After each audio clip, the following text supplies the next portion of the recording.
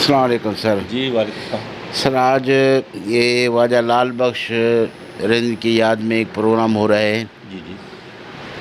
آپ نے لال بخش رند کو کیسا دیکھا، کیسا پایا؟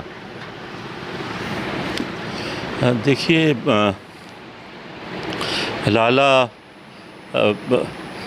میری تو ان سے ملاقات جو ہے وہ 1966 میں ہوئی تھی، جب ہم NSF میں تھے اور NSF تقسیم ہو رہی تھی، اور اس وقت بین الاقوامی طور پر بائیں بازو کی تحریک اور کمیونسٹ موومنٹ جو ہے وہ تقسیم ہو رہی تھی. اسی میں ہمارے جھگڑے بھی تھے. تو ہمارا 2 میڈیکل کالج میں جھگڑا ہوا آپس کا. لالا ہماری اور ڈاکٹر زاز نذیر ہماری ہمدردی میں اور ہماری پروٹیکشن میں 2 میڈیکل کالج کے باہر تھے.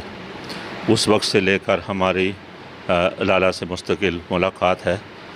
لالا ایک انتہائی خوبصورت انسان تھے. خوبصورت شخصی طور پر تو ایک 6 فٹ سے زیادہ لائم شائم گورے بڑی پرسنالٹی تھی، لیکن خوبصورتی ان کے کردار کی تھی، خوبصورتی ان کے نظریات کی تھی، خوبصورتی ان کی کمٹمنٹ کی تھی جو ان کی محنت کش طبقات سے تھی. تو اس لیے لالا نے اپنی ساری زندگی جو ہے وہ محنت کش طبقے کے لیے اور اس ملک کے غریب اور پسے ہوئے عوام کے لیے وقف کی. لیاری کے اندر وہاں کی فلاح و بہبود کے لیے جو ہے وہ تحریک چلاتے رہے. اور اس کے بعد اس ملک کے بننے سے لے کر جو ہماری قومی تحریکات ہیں ان کے ساتھ، کیونکہ یہ ریاست شروع سے لے کے آج تک سیاسی بھی، معاشی بھی، سماجی بھی، قومی بھی تمام طرح کے انحطاط کا شکار رہی ہے.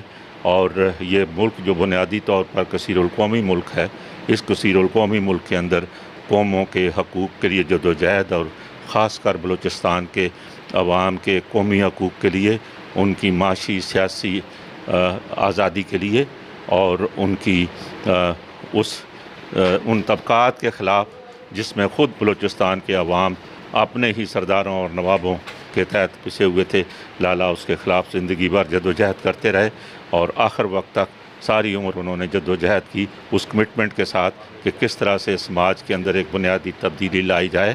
اور ان کا یہ عقیدہ تھا کہ کوئی بھی بنیادی سماجی تبدیلی معاشی اور سیاسی کایا پلٹ کے بغیر ممکن نہیں ہے. اس لیے وہ نہ صرف بلوچوں کے حوالے سے بلکہ پورے ملک کے محنت کش عوام کے حوالے سے اور اس ملک کی تمام قوموں کے حقوق کے حوالے سے لالا ہمیشہ یاد رکھے جائیں گے.